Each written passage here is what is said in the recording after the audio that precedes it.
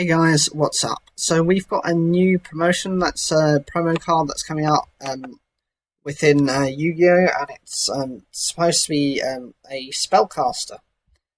It's quite interesting in kind of the design. It does look like one of your traditional magicians, although the design looks a little bit more sleek and sophisticated.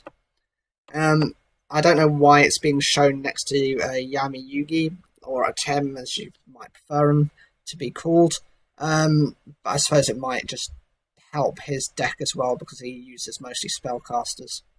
Anyway, it's supposed to be a level 4 Earth spellcaster effect monster called Ida the Sun Magician.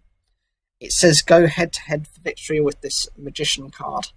It's meant to work very well with the pre-constructed deck, the structure deck called Masters of the Spiritual Arts.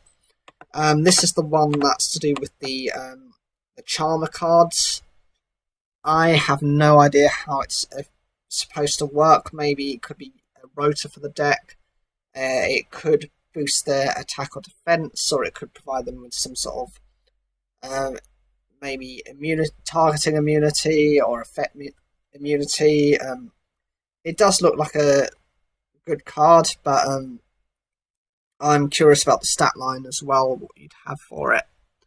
I think for it to be any good, it needs to be able to kind of discard one of your spellcasters to maybe search for another spellcaster, or to at least be able to maybe revive, maybe have a Monster Reborn effect, or even, say, for example, a draw effect, just to have any use.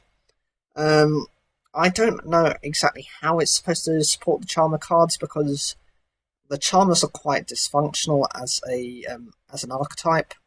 They're meant to help control.